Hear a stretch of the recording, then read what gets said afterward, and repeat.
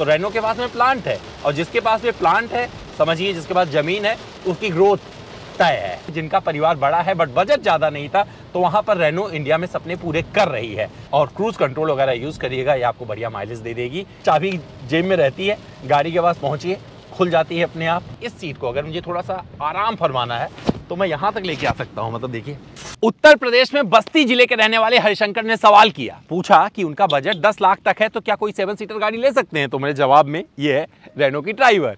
और जीएसटी के बाद में, मतलब 2.0 के बाद में जो इसकी कीमत शुरू होती है, गजब। मतलब देख सकते हैं सारी प्राइसिंग 6 लाख रुपए से लेकर 10 लाख रुपए के बीच में आपको ये गाड़ी मिल जाएगी ऑन रोड। और यहाँ पर अब आपको डिसाइड करना है कौन सा वेरिएंट चूज करना है। तो अपनी रिक्वायरमेंट देख लीजिएगा, उस हिसाब से जो आपको चाहिए फीचर्स उस तरफ बढ़ जाइएगा। लेकिन ये गाड़ी 7 सीटर में आप अपने घर ला सकते हैं। लेकिन अगर आप रेनो ड्राइवर खरीदेंगे तो उसमें क्या कुछ मिल जाता है, क्योंकि अब कुछ बदलाव किए गए हैं। साल 2025 में जो फेसलिफ्ट मिला है, मैं बोल रहा हूँ most practical facelift Renault driver को मिला है। फ्रंट देख सकते हैं किस तरीके का बना हुआ है और ये काफी अट्रैक्टिव लग रहा है। फ्रंट की बात करें, रियर की तरफ से देखें, साइड प्रोफाइल देखें, और जिस तरीके का पूरा एक कलर कॉम्बिनेशन के साथ में आई है ये गाड़ी, सच में लोगों को पसंद आई है। बस एक ही चीज जरूरी है, वो है रेनो को करना। और रेनो के पास में अच्छी चीज ये है कि उनके पास है जमीन, जिसके पास जमीन है उसके पास ग्रोथ है।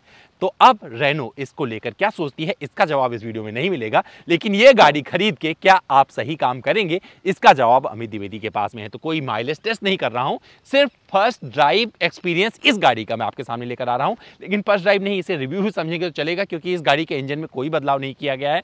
पर अगर आप इसे खरीद लेते हैं तो बरसात में कैसे चलती है, शहर में, सिटी में कैसे चलती है, जब कंफर्ट की बात आती है तो कंफर्ट में क्या कुछ ऑफर कर देती है, क्या सच में ये मोस्ट प्रैक्टिकल 7 सीटर बन जाती है अंडर 10 लाख, इन सभी सवालों का जवाब आपको इस वीडियो में मिल जाएगा। तो चलिए शुरू करते हैं और आपको लेके चलते हैं एक अच्छी सी ड्राइव पर, जहां सब कुछ बताएंगे इस रेनो ड्राइवर 2025 के बारे में।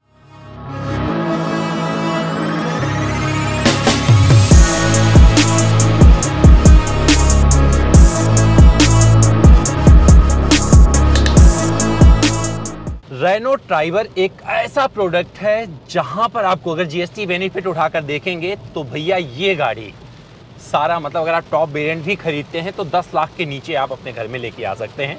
और ये इस गाड़ी की खूबियों में से एक आ जाता है। हालांकि 72 PS का पावर आउटपुट और 96 Nm का टॉर्क इससे निकलता है, इसके 999 सीसी इंजन से। मान के चलिए 1 लीटर का इसका इंजन है उससे। बट यहाँ पर लोग जिन्हें अपनी गाड़ी में 7 सीटर चाहिए तो उनका ये सपना पूरा कर देती है। और मुझे लगता है कि दुनिया में अगर सबसे सस्ती गाड़ियों की तरफ बढ़ेंगे जहां पर आपको 7 सीटर का विकल्प मिल जाए, तो रेनो ड्राइवर एक गाड़ी हो सकती है। जिसकी जमीन है उसकी तरक्की है।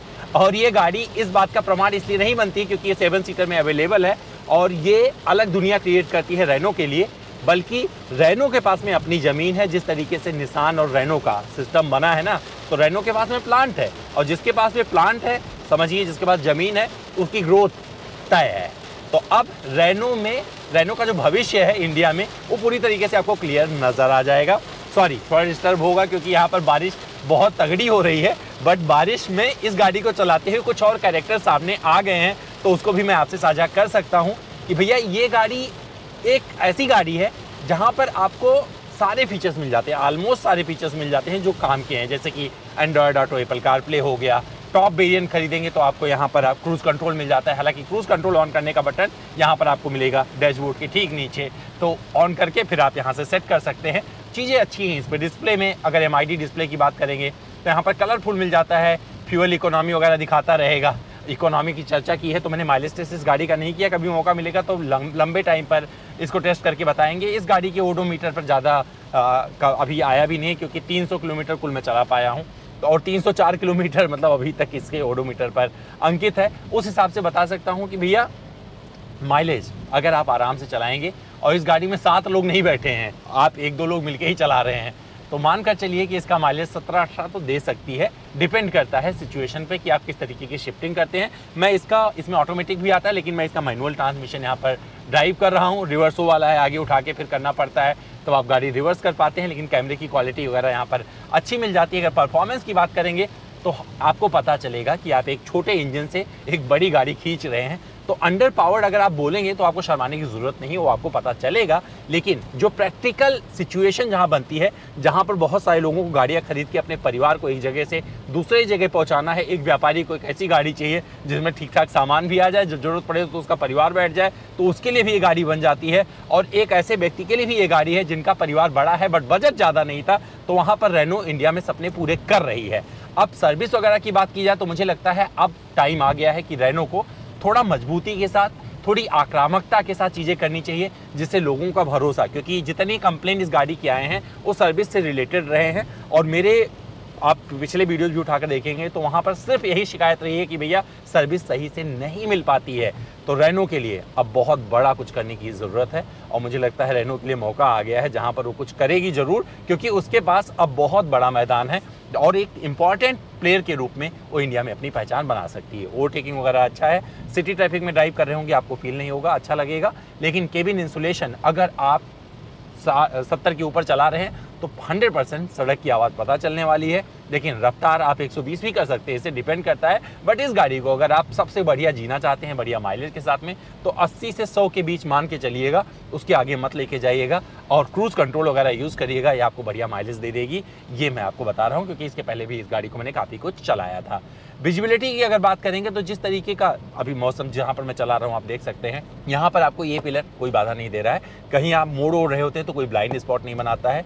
और पीछे सीट पर बैठकर बताएंगे आपको कि किस तरीके से इसका रहता है पूरा रवैया, तो वो कंफर्ट मैं वहाँ पर आपको बैठ के साझा करूँगा। लेकिन यहाँ पर ओवरऑल उठाकर देखेंगे तो ये गाड़ी एक नगीना है अगर 7 सीटर के तौर पर उठाकर देखेंगे। लेकिन थर्ड रो जो है ना वो बच्चों के लिए ही होती है, कहने के लिए 7 सीटर है तो बच्चे बिठाना होगा, अगर सामान नहीं रखना होगा तभी आप यूज़ कर पाओगे। रिमूवेबल सीट है तो आप उठे हटाकर रख भी सकते हो और अपने आप में मतलब ये इसकी यूएसपी बनी थी इस गाड़ी की जब ये सबसे पहले भारतीय बाजार में आई थी और वो अभी कायम है। रोड प्रेजेंस अच्छा है, जिस तरीके के बदलाव इसमें किए गए हैं।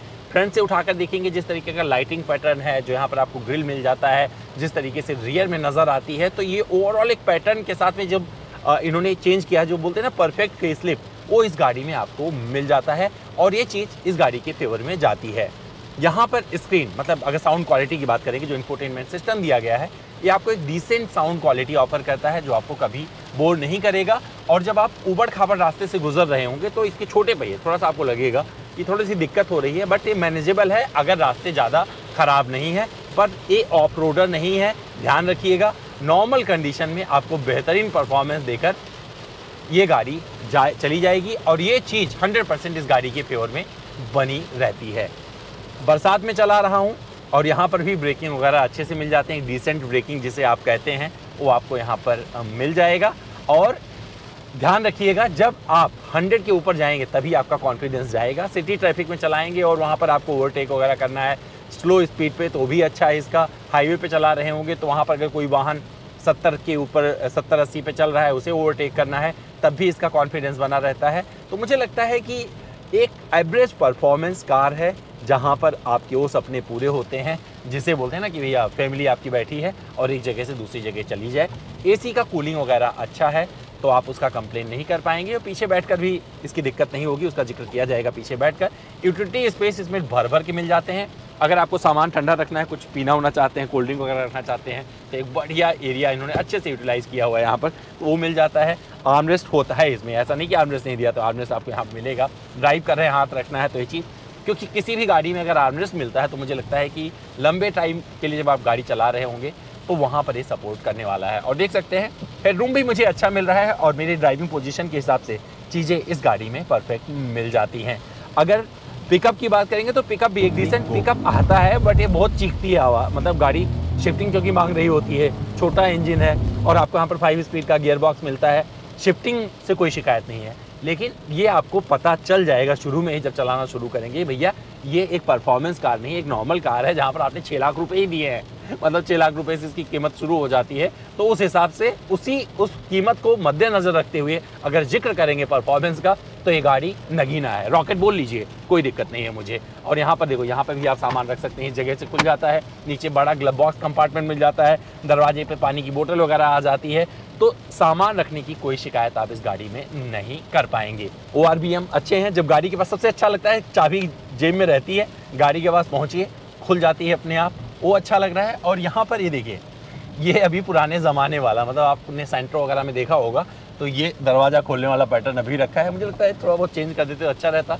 ऑटो डिमिंग IRBM नहीं है, ये नॉर्मल वाला यहाँ पर मिलता है। टॉप वेरिएंट में भी मुझे लगता है कुछ वेरिएंट में ऑटो डिमिंग दे सकते थे, बट ठीक है, एक बार कॉस्ट मैटर करता है तो उस हिसाब से उन्होंने सोचा होगा। बट ओवरऑल क्वालिटी उठाकर देखेंगे तो इस कीमत के हिसाब से अपने आप को जस्टिफाई करती है।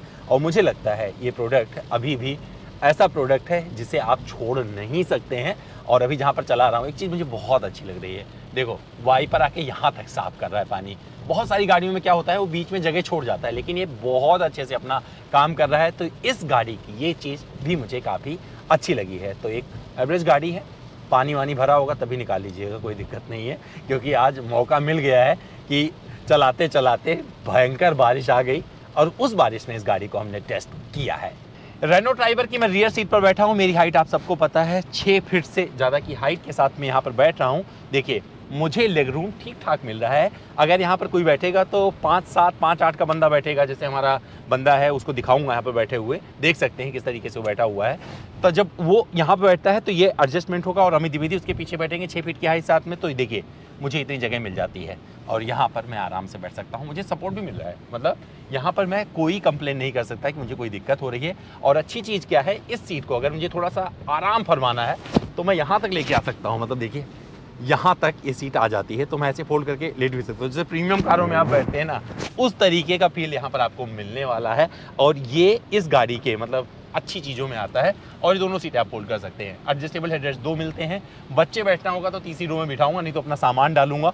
इस गाड़ी को 5 सीटर की तरह मैं यूज़ करूंगा, लेकिन आप ले रहे हैं 7 सीटर के तौर पर तो वहाँ पर कोई दिक्कत नहीं है। सामान कम रखिएगा, पूरा परिवार बैठाइएगा, मस्ती करके आइएगा, आसपास की जगहों को आप एक्सप्लोर कर सकते हैं।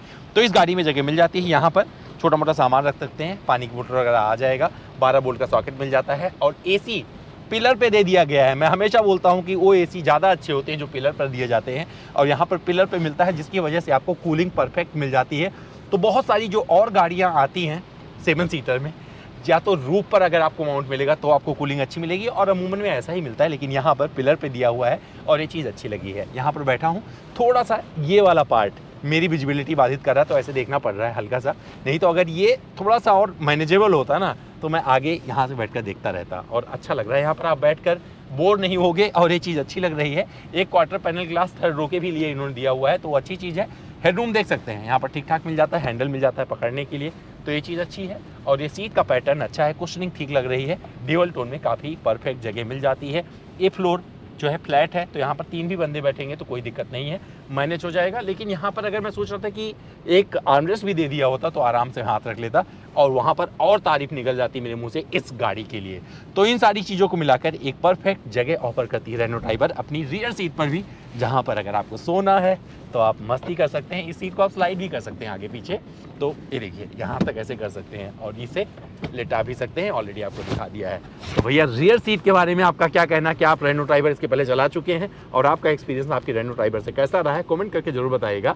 इस वीडियो में फिलहाल इतना ही, फिर मिलते हैं किसी और वीडियो में और आपसे करेंगे बहुत सारी बातें।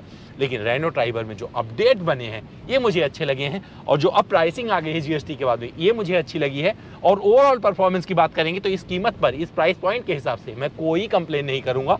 बस रेनो को काम करने की ज़रूरत है अपने आफ्टर सेल्स पर, डीलरशिप नेटवर्क तगड़ा कर दे, जिससे लोग ये गाड़ी जो चलाएं उनको भागना ना पड़े, दूर ना जाना पड़े, कहीं भी किसी भी कोने में उनको आराम से सर्विस मिल जाए और उनके जेब पर ये भारी ना पड़े। क्योंकि कीमत तभी जस्टिफाई होगी जब इसका सर्विस सपोर्ट और पार्ट्स आराम से अवेलेबल होगा और किसी को कोई दिक्कत नहीं आएगी। तो भैया हमारा वीडियो कैसा लगा कमेंट करके जरूर बताइएगा, इंतजार कर रहे हैं कमेंट बॉक्स में।